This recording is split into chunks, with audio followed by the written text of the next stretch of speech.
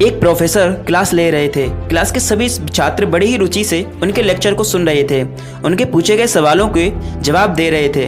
लेकिन उन छात्रों के बीच कक्षा में एक ऐसा छात्र भी था जो चुपचाप और गुमसुमा बैठा हुआ था। प्रोफेसर ने पहले ही दिन उस छात्र को नोटिस कर लिया, लेकिन कुछ नहीं बोले।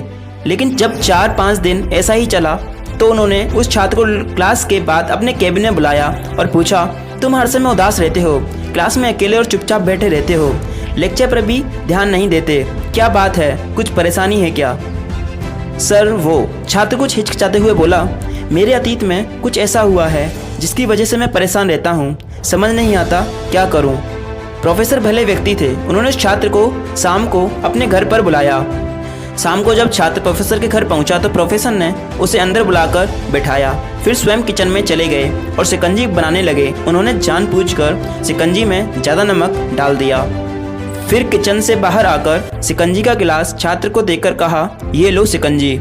छात्र ने गिलास लेकर जैसे ही एक घूंट लिया, अधिक नमक के स्वाद के कारण उसका मुंह अजीब सा बन गया। ये देख प्रोफेसर ने पूछा, क्या हुआ, शिकंजी पसंद नहीं आई?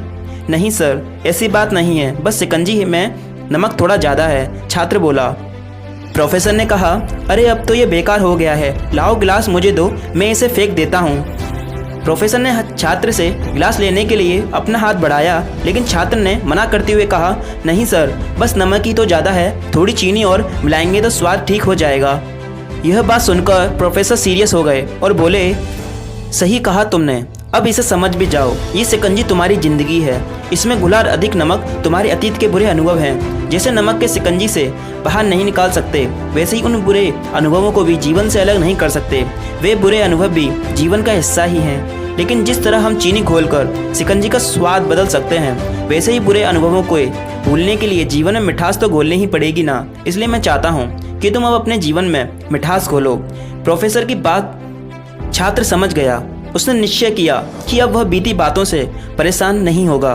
तो फ्रेंड्स, जीवन में अक्सर हम अतीत की बुरी यादों और अनुभवों को याद कर दुखी होते रहते हैं। इस तरह हम अपने वर्तमान पर ध्यान नहीं दे पाते और कहीं ना कहीं अपना भविष्य भी बिगाड़ लेते हैं। जो हो चुका है उसे सुधार नहीं सकते, लेकिन कम से कम उसे बुलाया जरूर जा सकता है और उन्हें बुलाने के लिए नई मीठी यादें हमें आज बनानी होंगी। जीवन में मीठे और खुशनुमा लम्हों को लाइए, तभी तो जीवन में मिठास आएगी। उम्मीद करता हूँ इस कहानी से आपको बहुत कुछ सीखने को मिला होगा। अगर ये कहानी आपको अच्छी लगी हो तो एक लाइक करना। ऐसी और वीडियोस के लिए हमारे चैनल को सब्सक्राइब भी जरूर करना। Thank you.